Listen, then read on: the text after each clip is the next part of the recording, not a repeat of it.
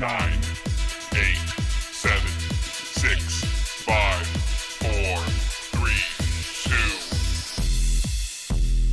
Welcome to the Last Minute Fantasy Scramble.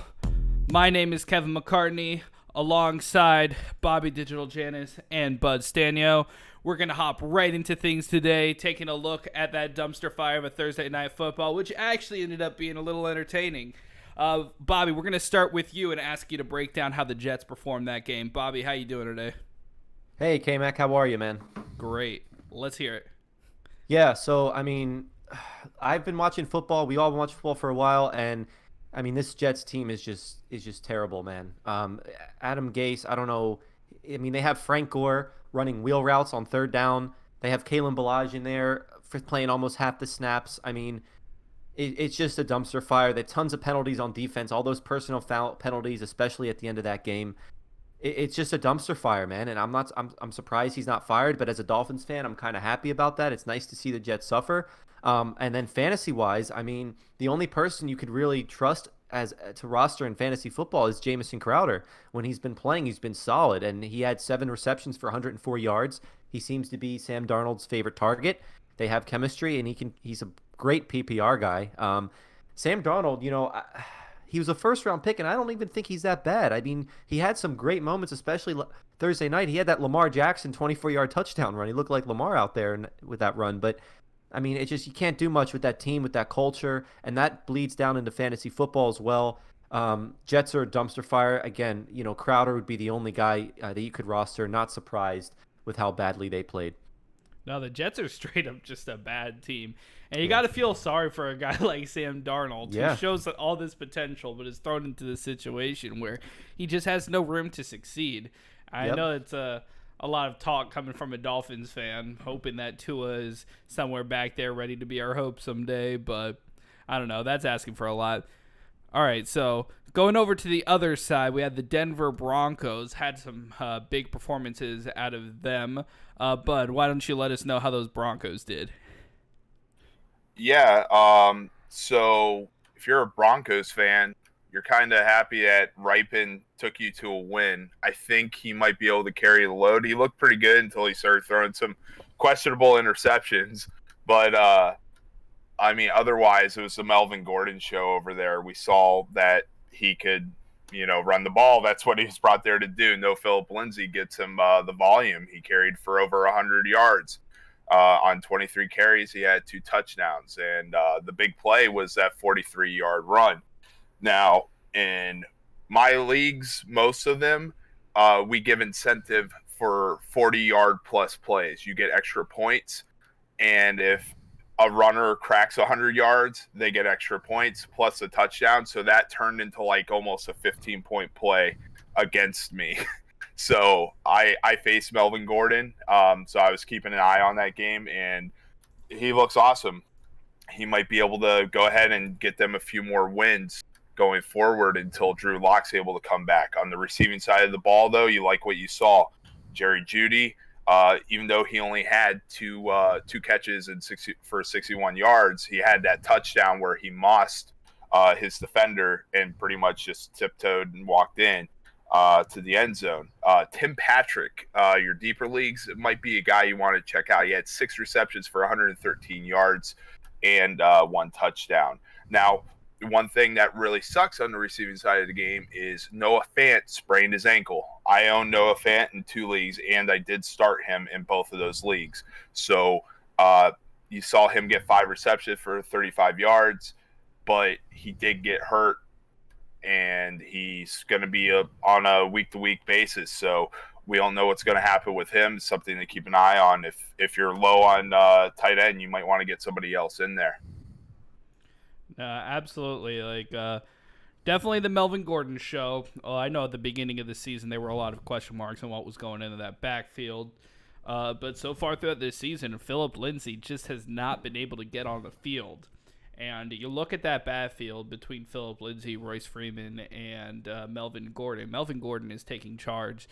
And who knows if things are going to change once Phillip Lindsay gets back there. But right now it's all Melvin Gordon. So We are at 11:30, which means the injury reports are coming out. The news is starting to trickle in as we are speaking. So far, some of the news coming out early. Tyrod Taylor, the unfortunate incident with his lungs, he is not going to be playing. Justin Herbert will be getting another start today. Same thing with the Chargers. We have Mike Williams, who will not be playing either. Tajay Sharp in Minnesota is out. Michael Thomas, there were a lot of question marks whether he would be making his debut today. We are receiving news that Michael Thomas is out for the game. Other news, we have Jared Cook is listed as out. Leonard Fournette is listed as out.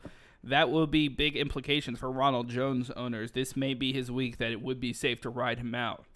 Other news out of Tampa Bay, Chris Godwin is out again. He's been kind of on and off all season, so it's hard to see what's going on with him. Other news, finally, Steven Sims Jr. out of the Washington football team is out. While more news continues to trickle in, Bobby, what do you take of these injury news so far?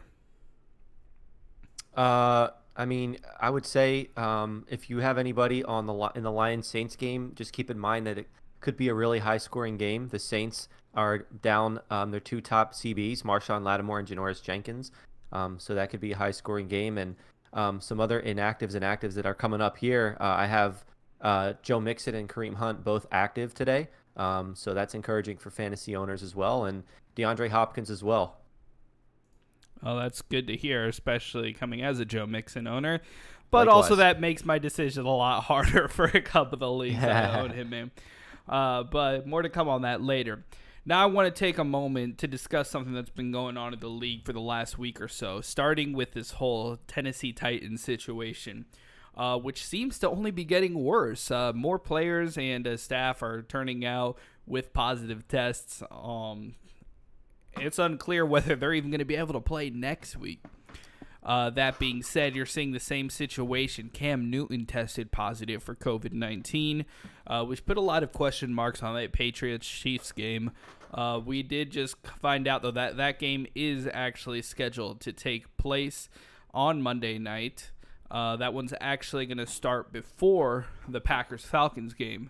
So if you had any Chiefs or Patriots players, I definitely suggest holding on to at least one of those Packers or Falcons players. Maybe try to get a Marquez Valdez-Scantling or someone along that lines just to hold, just in case if something happens and there's another positive test and you can't have a Tyreek Hill or someone playing.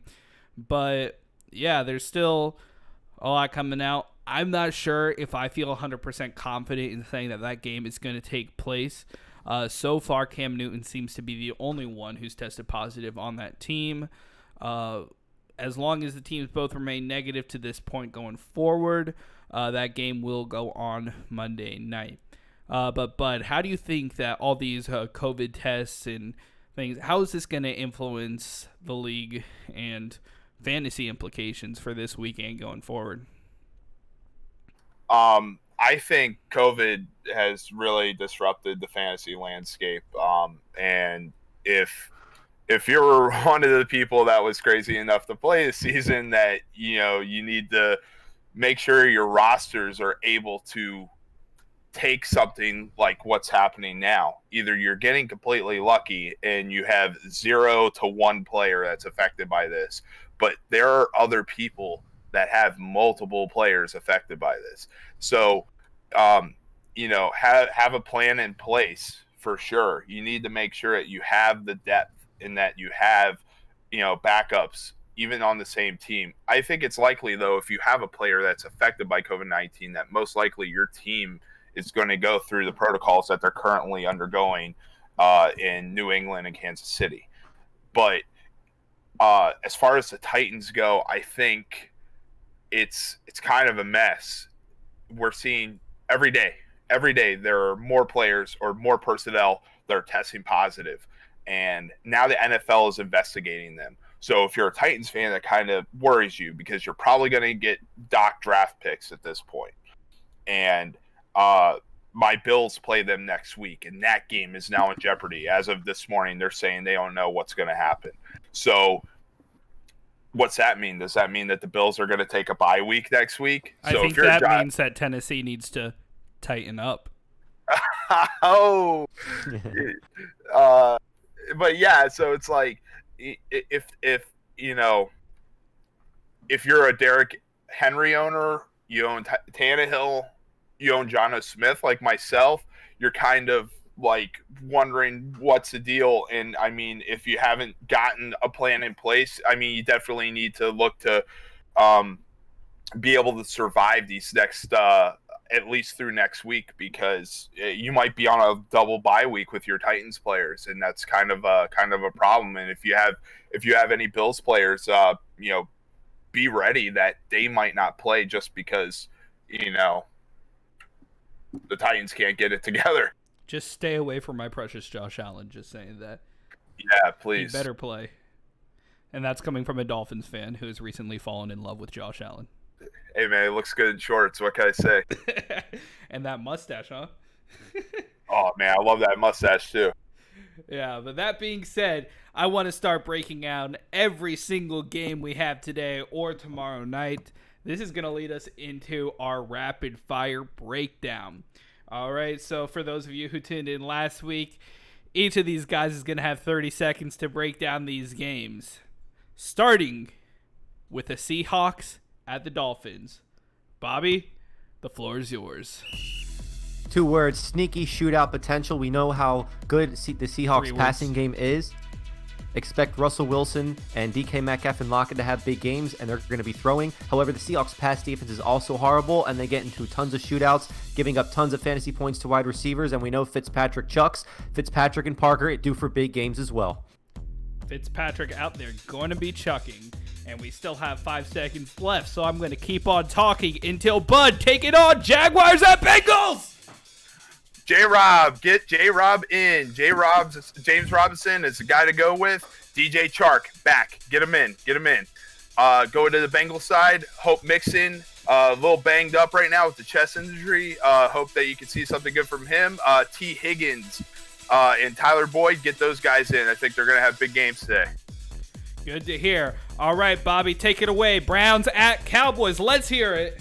This is going to be an exciting, efficient game. It reminds me of Vikings-Cowboys from last year. The Vikings had the same coach that the Browns do now and the same type of offense. Heavy dose of Chubb and Hunt this week. Cowboys, look for them to get open in their wide receivers, and they're going to be passing the ball as well. This should be a fun, entertaining, and close game. We'll see which side wins. Both different types of offenses. Run heavy in Cleveland, pass heavy in Dallas. Start your studs.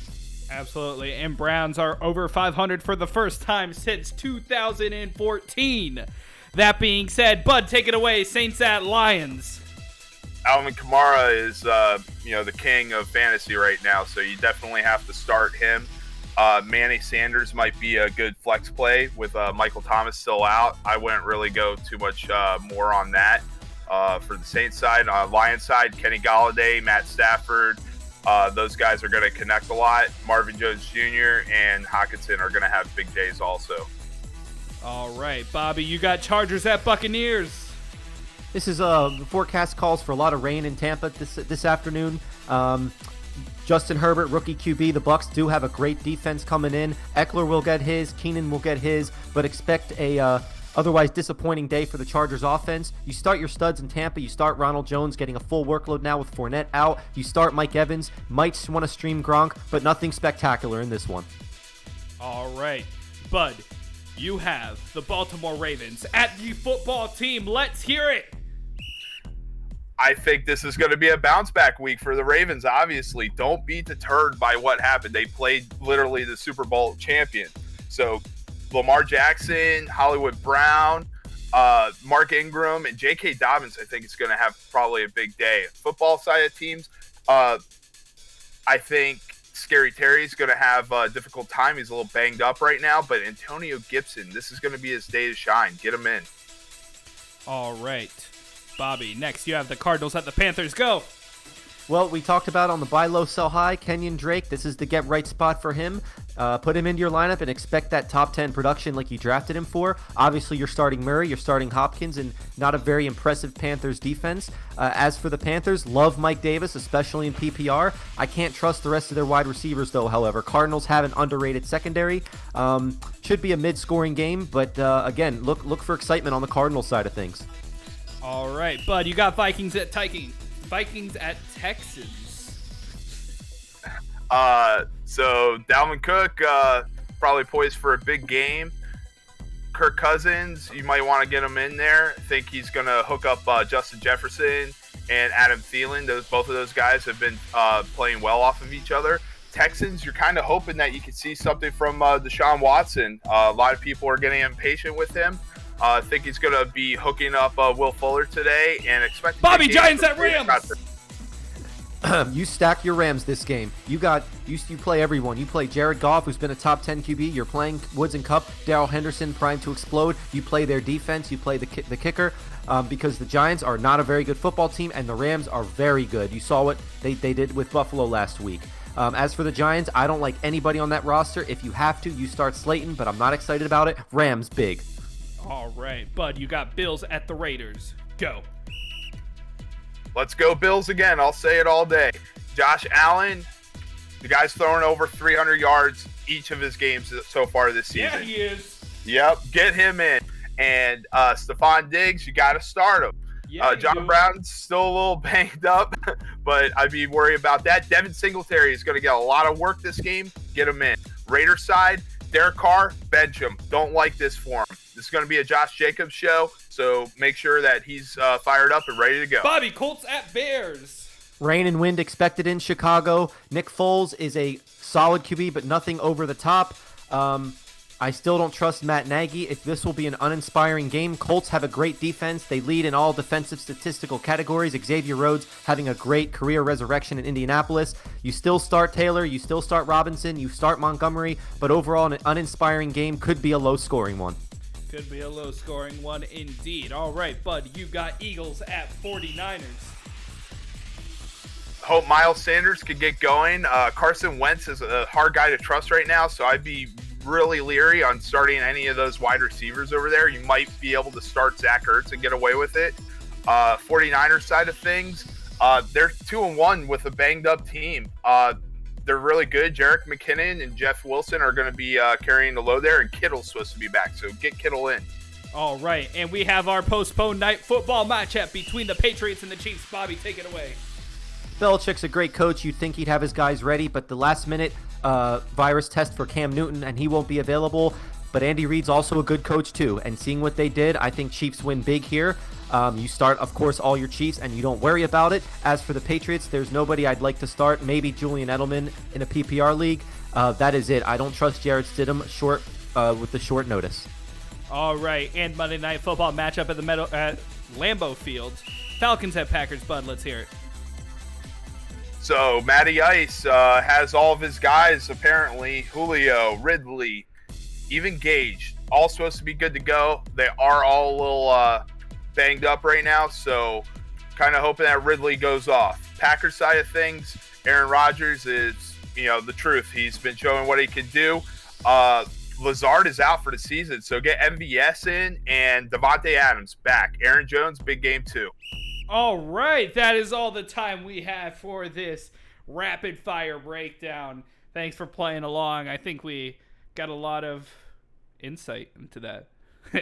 So, Bobby, any other games that you want to break down for a little bit more than 30 seconds that you think have big fantasy implications this weekend? Yeah, well, first of all, each week we do this rapid fire. Bud and I are going to get a little bit better each time with that time limit. Last week was a rough one for us, but anyway, I want to dive into the Saints and Lions a little bit more. I know this game was almost delayed or postponed because of the potential or some of the players testing positive, but they're good to go. And there's no Michael Thomas in this game, but we still see the Saints can put up fireworks on offense. I mean, they have great coaching. Alvin Kamara obviously has been outstanding, and the Lions defense isn't anything incredible. And then on the Saints side of things, we all thought coming in that the Saints were going to have a great defense on paper, but they've really struggled, and now they're down their top 2 CBs, which I mentioned earlier, Lattimore and Jenkins.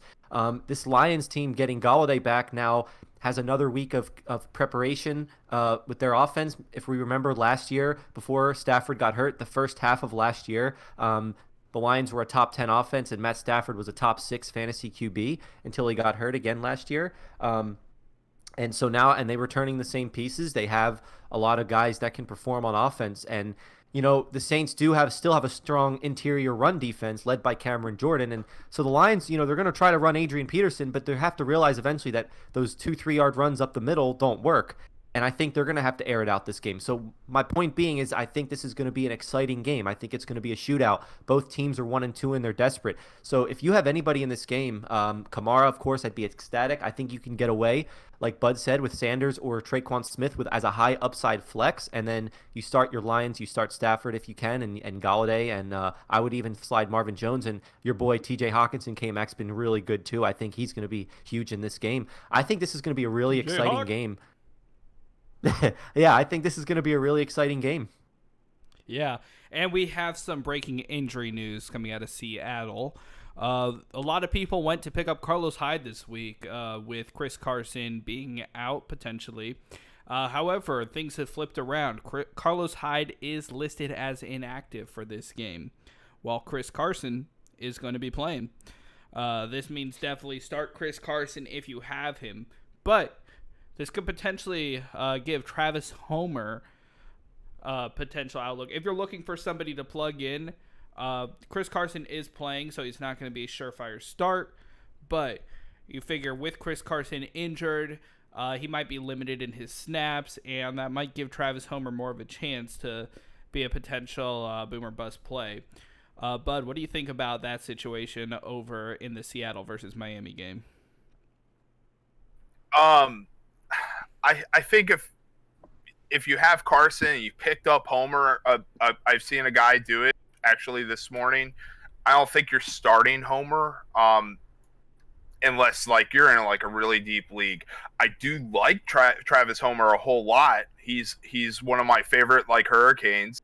I watch a lot of them play a lot of college ball, but I don't know, man. And you kind of wonder if Pete Carroll's actually going to run Carson a whole lot, especially with the way that the weather is. If it's raining out there, I don't expect him to get a lot of snaps. I mean, if you have a better option to get in there over Chris Carson, I would. But also, I think that Russell Wilson's really going to throw the ball pretty much all game.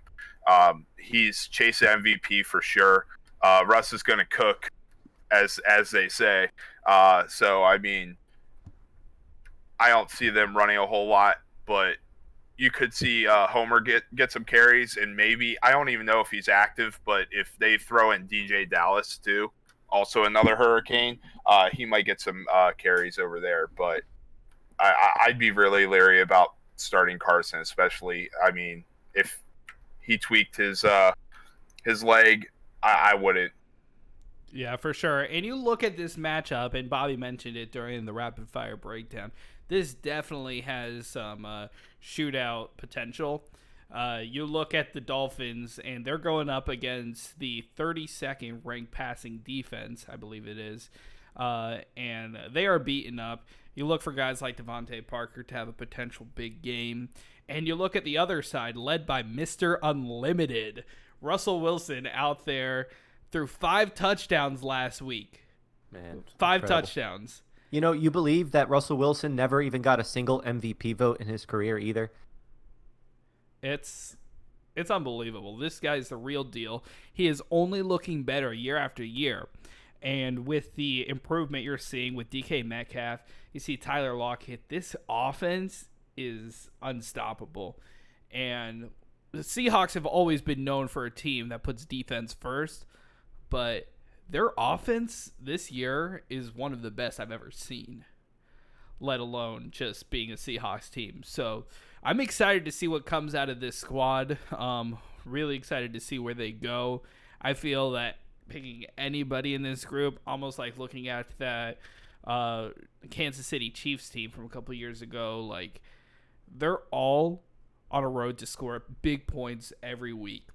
And this Dolphins team going up against them, they don't have the best defense in the world. They could have big numbers being put up against them. But on the other side, this is going to be a shootout. So I'm excited to see what comes out of this game. And as a Dolphins fan,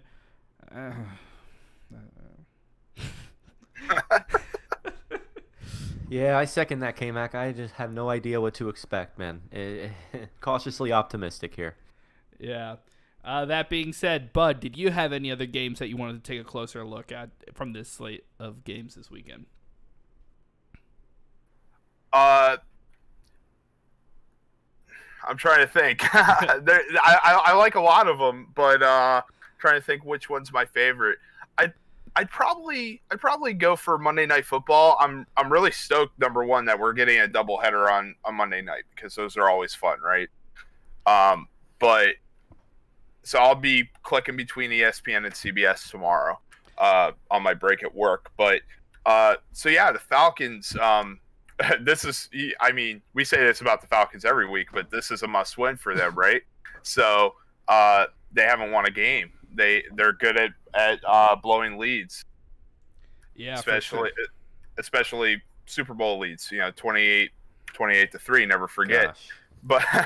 But so I'm really hoping Ridley's good to go, right? I own him in 3 leagues.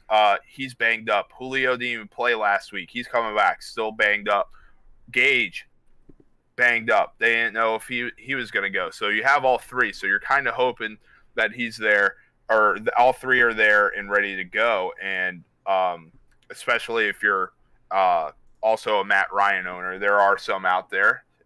Possibly you're even running a stack with one of these guys. But, I mean, also you have Gurley, and he hasn't really done a whole lot. So, I mean, you're kind of hoping if you do have Gurley that he gets going too. But, I mean, the Packers are looking almost like the complete package right now. I see what you did there. No, but that being said, though, yeah, that Falcons team, they may not be good in real life, but they got a lot of fantasy players that could score big numbers. Now, just before we go into the question and answer portion of the show, I did want to take a minute to go over the last injury news coming out. Like Bobby had mentioned earlier, it is confirmed now that Kareem Hunt is active and he's going to be playing today. Terry McLaurin, he was questionable late in the week, but he will be playing as well. As for that, I want to move right into the questions, and we have Shelly joining us in on the Twitch chat asking, how do y'all think Fitz will perform this week? Bobby, I'll let you take that one. So there's only, going back to the last 3 games of last year, Ryan Fitzpatrick, there's only 3 quarterbacks that have scored more fantasy points than him since then. And so we know what he's capable of. He even adds a little bit of rushing upside. And seeing as how all of the Seattle games so far, that it's been shootouts because their pass defense is so bad and their passing offense is so good. Parker's healthy again. He had more time now to get fully healthy since their Thursday night game. Gesicki's really come into his own. I actually kind of like Brian Flores and their coaching staff. I think they're capable coaches. And Myles Gaskin is now seeming to be a legitimate threat in the backfield to keep defenses honest. So, yeah, I mean, I would be excited about Fitz. I mean, he has, out of all the QB streamers this week, Fitzpatrick has arguably the highest ceiling. I mean, he has top 5 upside ceiling.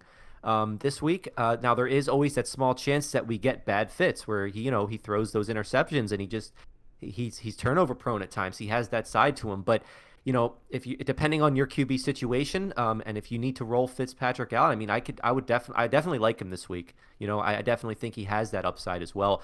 Again, seeing this game script could really favor him. Yeah, absolutely.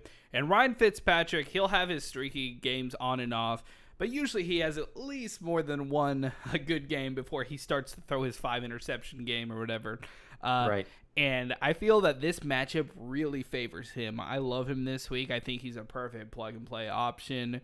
You look at him going up against one of the weakest defenses, likely to be behind for most, if not all of the game. So they're going to be throwing, which could mean good things. It could mean that they could go up and score, but it could also mean a lot of interceptions. So you kind of take that gamble when you're going with Ryan Fitzpatrick. But as far as streaming options for this week, he is at the top of my list. But I don't know if your opinion differs from that. Oh, no, totally with you. I mean, Fitzpatrick is, a good quarterback. He's played with many teams, and he's had success with all of them. Even looking to last week against the Jaguars, he had a good game. And I think that he's going to shoot out, and I think the Seahawks are going to take it, but I think that it's going to be a high-scoring game. So I think he's going to have some success. I think he's going to hit Parker a lot. I'm getting Parker into a lot of my DFS lineups because I think he's going to have some success. So I think it'll be a good game. Yeah, and a fun fact about that game, with Ryan Fitzpatrick and the Dolphins beating the Jacksonville Jaguars, Ryan Fitzpatrick has now beat the Jaguars as the quarterback of 6 different teams. Wow. He has beaten them with the Bengals, Bills, Titans, Texans, and Jets. Wow. So he becomes the first quarterback Guy's a legend. in NFL history to beat the Jaguars with 6 different teams. That guy's a legend, man. This guy, yeah, a legend. And if you saw his post-game interview, definitely goes along with that. So, moving into some of the other questions we have. But I'm going to pose this one to you first. Mike asks, Adam Thielen at Houston or Will Fuller versus Minnesota? PPR. Wow, that's kind of tough, actually. And the same game. This is supposed to be a bounce-back game for Deshaun Watson and those guys. But, I mean, Adam Thielen is a wide receiver 1. So, I mean, and he probably is your wide receiver 1. So you might want to, get him in. If you're having difficulty choosing between those guys, I mean, Will Fuller is a viable option for sure. But Thielen now, I mean, you're going to see a lot of guys start to put more coverage on the Justin Jefferson, because if you don't, he's gonna burn you for 70 yards. You know what I mean? So it's like you kind of have more room for Thielen to work, and Kirk Cousins is known to throw the deep ball to him. So you might want to go more Thielen here, but Will Fuller over him, I can't do it. But I think Will Fuller is going to have a good game. If you're able to get him in somehow, even as a flex, it might be a good option for you, because I think this is going to be another game, low key, that's going to be like high scoring. So, it's definitely one you want to take a look at. Absolutely. And Bobby, what are your thoughts on that matchup? Yeah, so I'm going to go with Thielen here as well. But, Will Fuller's interesting because, he now that they don't have DeAndre Hopkins, and I mentioned on the previous podcast on Tuesday about buying low on the Texans offense, seeing as how their first 3 games were against 3 of the hardest teams in the NFL. I mean, the Chiefs look like they have a good upstart defense, and then obviously the Ravens and Steelers. Fuller has that ceiling. We know that. But, again, Thielen, I still think he's the stud here. He's still, like Bud said, the number 1 in the offense. And, Kirk Cousins still has that trust in him. This game, I think it's going to be a shootout. It's going to be a higher scoring game. So I would go Thielen here. I would say that if maybe you played against Melvin Gordon, or your team is just ravaged by injuries or ravaged by, COVID-19, and you need just a potential explosion, you really need upside, then I would maybe consider Fuller. But for me, it's pretty clear it's Thielen here. All right. And Bobby, we're going to start this next question for you. I've had multiple people ask, both Eric and Jason ask, Drew Brees or Jared Goff this week? Yeah, that's also a really tough one. But I am going to say Drew Brees, because I think the game script will be better for Brees. I think that this Lions and Saints game is going to be a shootout, and they're going to have to constantly throw the ball. I know he does not have Michael Thomas, but again, the Lions defense, not the middle of the road defense, and Breeze still has Kamara to throw the ball to as well. I think Smith and Sanders step up as well. As for the Rams, I love Jared Goff. I love the way they've been playing. Jared Goff has been really solid this year. We saw what he did last week against Buffalo, but I think when you're comparing these two guys, I think you got to look at game script and who they're playing against. And the Rams, I think, are just going to dominate this game. I think they're going to jump out to a big lead, and they're already the third run heaviest team in football. I think they're just going to go run heavy this game, and I think Goff's going to have his opportunities, but they're going to be limited, and you're going to have to hope he gets in the end zone, because I think by the time the fourth quarter rolls around, we're not going to be seeing Goff throw the ball at all. So give me Breeze, because I think he has a similar floor to Goff, and he has bigger upside. Bud? Yeah, it's like 50-50 for me. I like both. The only reason I really like Drew Brees is because he's going to be throwing the ball for short little dump-off passes to Alvin Kamara, and if Kamara has another one of those crazy, runs all the way up and he breaks all these tackles and he hits for a 50-yard touchdown on a little play-action pass, then Drew Brees is going to benefit from that. So you kind of like to see that. And, he's going to throw the ball too. But, I mean, same thing as you said, like Goff, he's playing super good. Straight podcast, but it was a lot of fun. He's making very little mistakes. His completion percentage is floating around 70%, which is, a little bit lower than normal, but it's, kind of telling that he's doing pretty decent. But Darrell Henderson's just going to be the guy there. I mean, Cam Akers is still out. Malcolm Brown has an injury to his finger, so it's and Darrell Henderson ran for just over 100 yards against the Bills last week. So they're going to continue to do that, especially against the Giants. And if they get ahead early, then it's just going to be the running game. So I think Breeze is probably going to have more work, especially if they fall behind against the Lions. And honestly, that game, I think it's the Lions' game to win. If there is one upset game that they're able to pull off, it's this game, and it's right now, especially if Kenny Galladay's there too. So, I mean, I would expect the Saints to fall behind and be playing from behind. So that means that Breeze is probably going to throw the ball more. All right, Bud, we're going to pose this next question to you from the chat. The CB Kid asked, PPR, Greg Ward or Antonio Gibson? I like Gibson, actually. I own him. I'm not going to start him. I do have some better options, but I do think that this is his breakout game. He's been getting more work. They're starting to put a little more trust into him, and you kind of hope that you can finally see him pop off. I mean, that's not to discredit Greg Ward at all. I think that he's doing good things, but it's hard for me to trust anybody really on the Eagles side of things, just because Carson Wentz. I mean, he's starting to show him old self a little bit, but he's still there's just a lot of pressure. That team is still suffering right now. I mean, Deshaun Jackson coming back might get him some more opportunity, but I think Zach Ertz is going to be the lead receiver there, especially with Dallas Goedert out. But, I mean, if you look, Antonio Gibson has scored a touchdown each of the last 2 weeks. So, I mean, he almost got 10 carries. He got 9 carries for 49 yards. I mean, it's, pretty promising, right?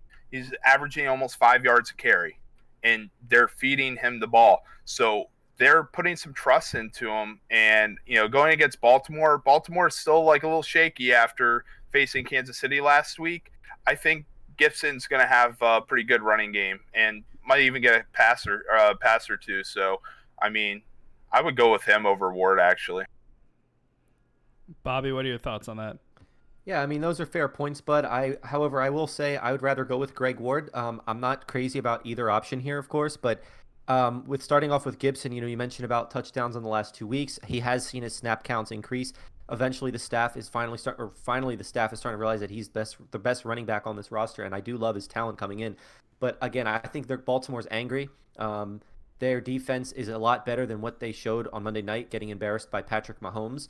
Again, I'm not a fan of Dwayne Haskins at all, and Terry McLaurin with him banged up as well. I just can't see the Ravens are going to dominate this game, and I see that's going to cut a lot of opportunities away from Gibson, as opposed to Greg Ward. It's not pretty at all. I mean, him and John Hightower are the only two healthy Eagles wide receivers. They look like a mess, like you mentioned, Bud. Their offensive line is in trouble. Jason Peters is in and out of the lineup. Carson Wentz has just looked horrible. Miles Sanders has yet to get it going. And Goddard's out. So, yeah, Ertz is going to be the main guy here in terms of targets. Sanders will obviously be heavily involved as well. But Ward saw 11 targets the last game. And I wouldn't think that would change much to this week because they still have the same injuries. And the 49ers are a little bit banged up on defense. So, in a PPR league, again, not crazy about either option, but give me Greg Ward, especially seeing as he had those targets. I mean, he might be good for 5, 6, 7 receptions, like he had 8 last week. So give me Greg Ward here. Yeah, I feel just to break the tie a little bit, I don't love either player for this week. I would give the slight edge to Greg Ward. You saw that 11 targets, 8 recs for 72 yards. If you're going PPR and you have that opportunity to have a guy that Carson Wentz is going to be consistently throwing to, I think that's your safer bet for this week. But again, I think it's close. That would just be my personal pick. Now, Bobby, this next question I am going to pose to you first. We have Pat, who asks, flex DJ Moore, Robbie Anderson, or Odell Beckham Jr.?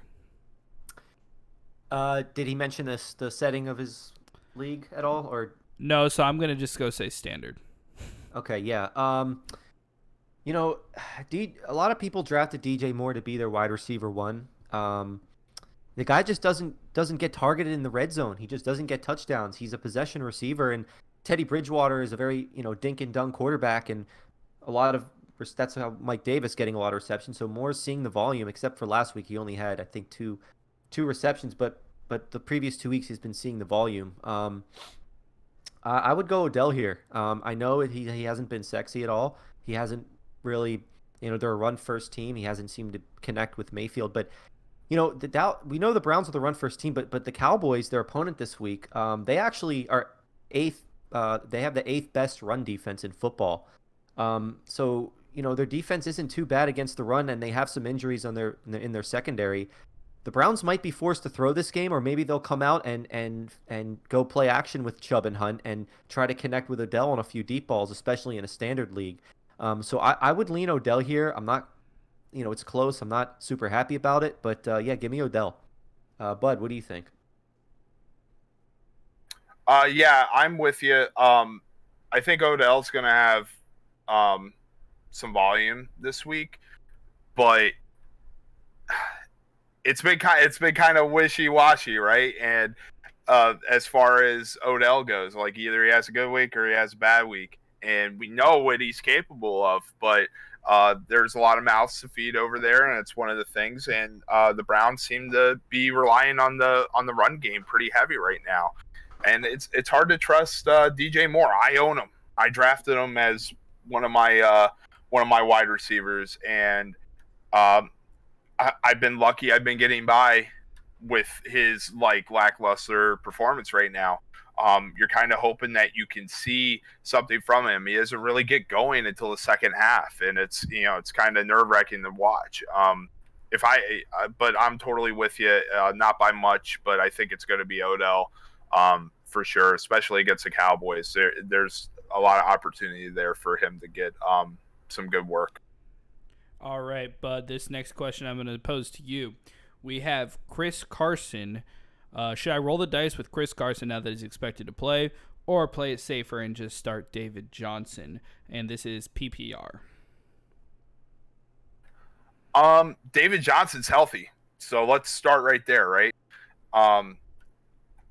Earlier in the show, I talked about how I'm kind of leery on Chris Carson this game. I think this is going to be a more throwing game. And especially if that field's wet, I expect Chris Carson to not get as much work. They're probably going to give Travis Homer more work. So David Johnson has actually been okay. I mean, not super great for the Texans, but I'm sorry. 1 second, I got a message here. trying to get out. But yeah, so I mean, let's take a look at David Johnson's numbers too. I mean, he's projected for 14 carries this week. I mean, of course, we never go off of projections, but I mean, so far this season, he already has 35 carries. Keep in mind though, also that Duke Johnson has been kind of cutting into that. So I'm not sure if Duke Johnson's going this week, but you kind of hope that they could get David Johnson going. He had a touchdown last week. He had 2 catches for 23, but he didn't have a lot of rushing yards. But that was going against Pittsburgh, and Pittsburgh's run defense is awesome. So keep in mind that that's something to zero in on. Minnesota's defense isn't as good. So if I had to go, I would probably go just with the potential of maybe David Johnson coming out. Chris Carson, I'm just kind of I'm too sketchy on starting him, just especially after he's been hurt. Bobby, your thoughts? Yeah, I would go with David Johnson here. He looked pretty good against Kansas City week 1. Again, the Texans just ran into 2 tough defenses the last 2 weeks. Johnson was able to get going. David Johnson is seeing more than 95% of the snaps as well. So, to me, I would go David Johnson. I think this is a get-right spot for the Texans offense here. We turned so quickly from start your studs. Chris Carson is just too good, I think. I don't know. That's my thoughts. I feel that, especially in a game where they can easily go up large against the Dolphins, he has that potential to go run downhill and score touchdowns. And I feel also with the inclement weather, it could be running the ball more. That is scary that he may be splitting carries with Travis Homer and that he isn't to full health. But I personally really like Chris Carson in this situation. But that's just me. Moving on, though, I do have a question from Jamie. Bobby, we're going to pose this to you. Rams or Indy defense? So, if you're talking about this week, give me the Rams. If you're talking about season, long term, give me the Colts. Again, like I mentioned earlier, the Colts are the number 1 defense so far. They led the league in every defensive statistical category, and they're playing the Bears, so it's not the worst matchup either. But man, I'm just so high on the Rams in their smash spot this week, man. At home against the Giants.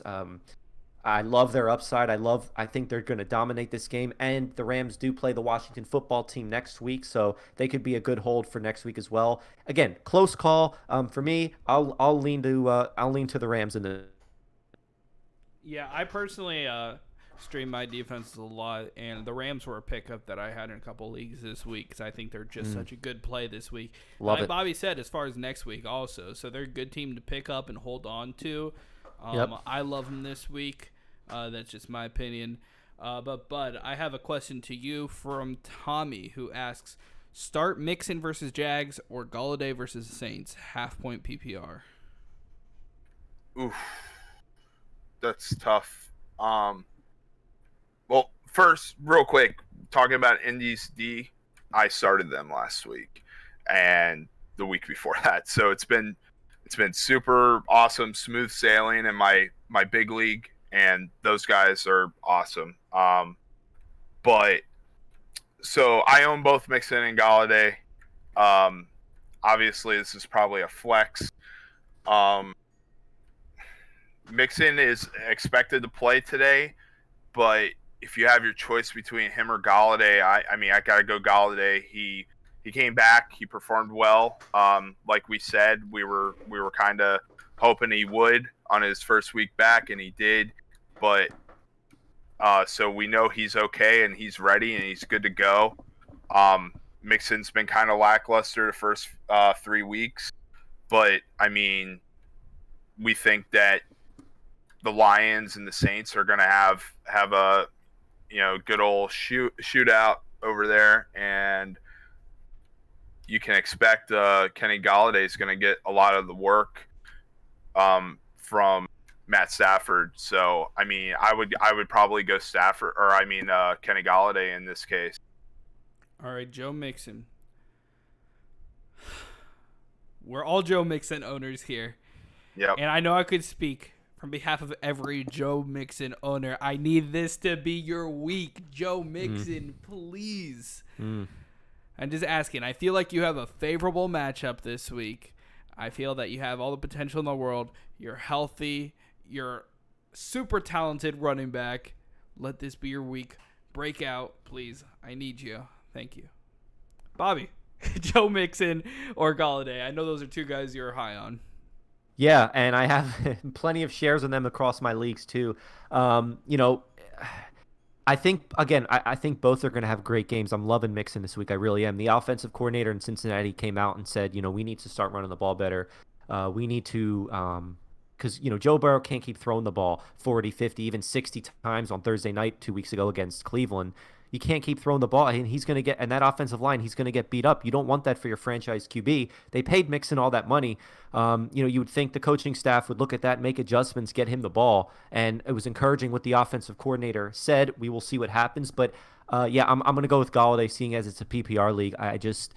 We talked about it, and you know, if the Saints didn't have their top two CBs out, Marshawn Lattimore, who's a great cornerback, as well as Janoris Jenkins, who's been around the league, he's a solid CB, then I would say Mixon, but you know, both players are going to be good. This is close, but give me Kenny Golladay, man. Another week healthier.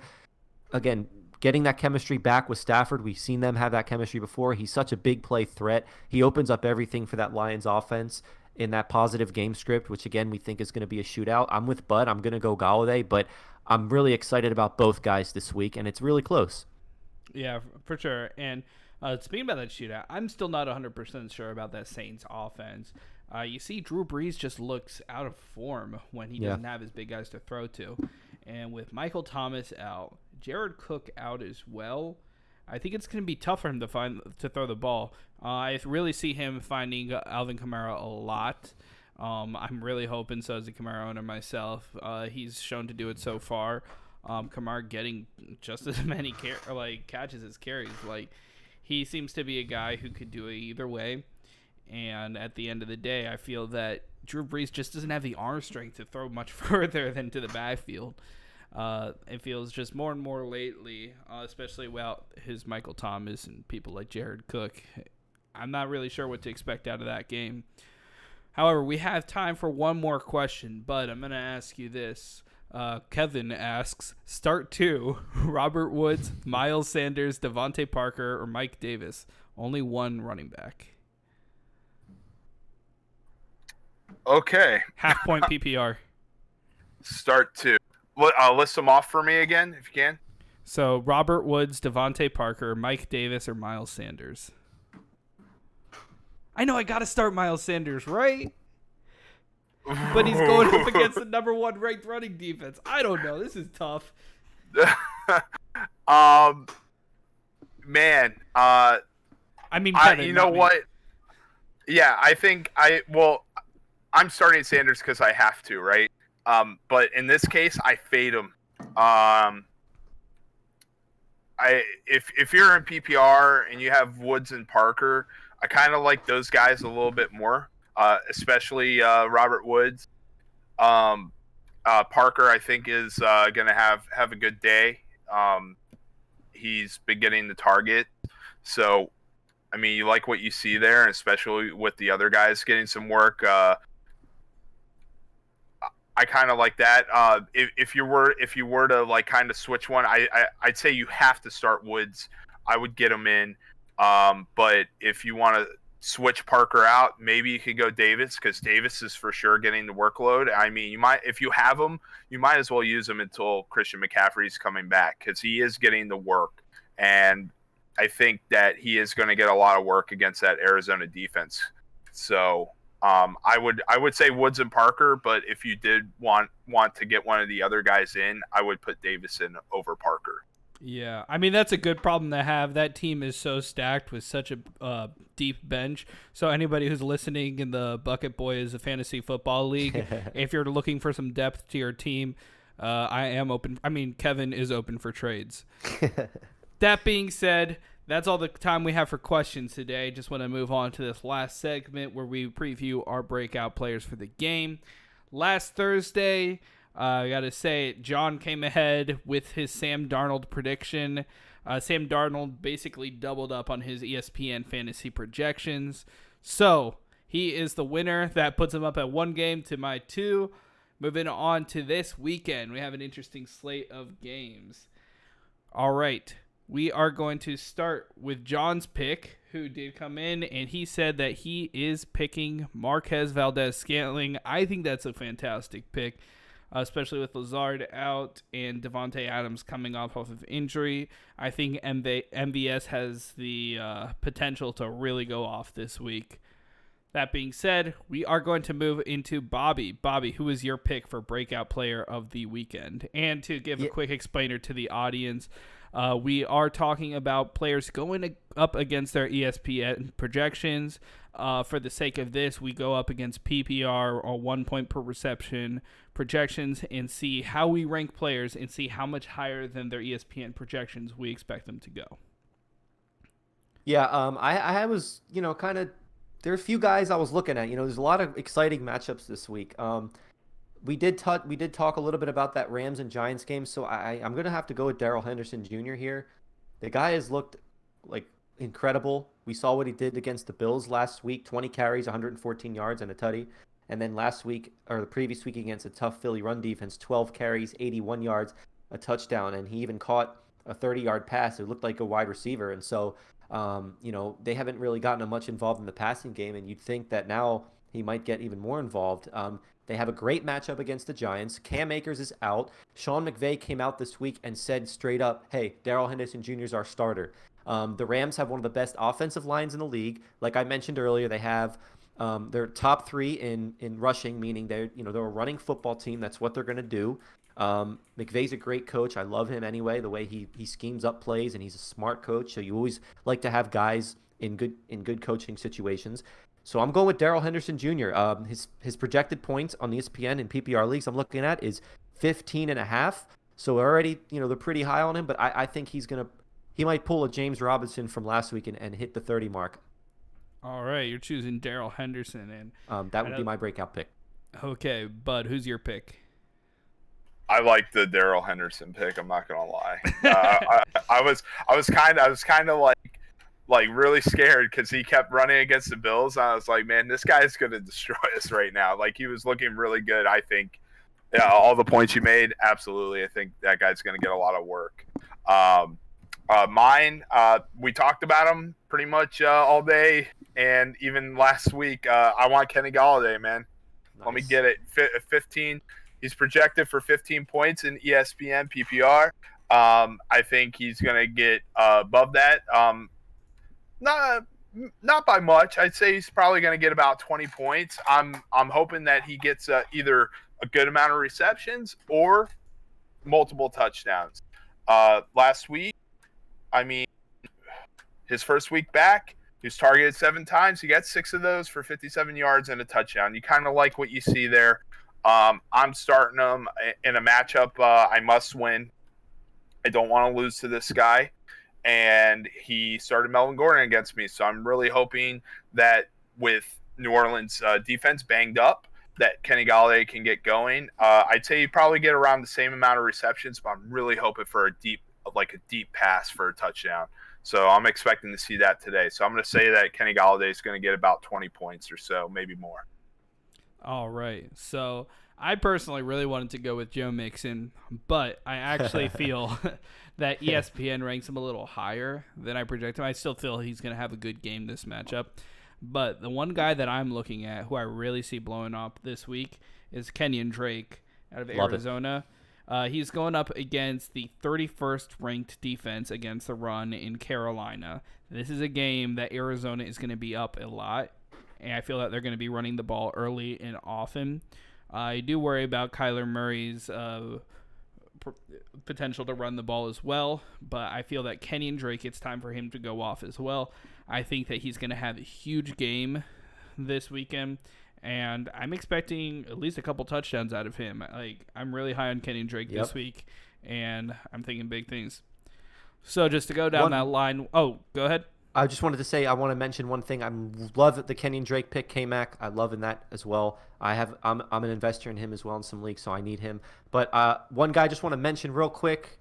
No break or anything. Just remember the name Darius Shepard, wide receiver, Green Bay Packers. Maybe he'll come up on the waiver next week. But that's all. Go ahead.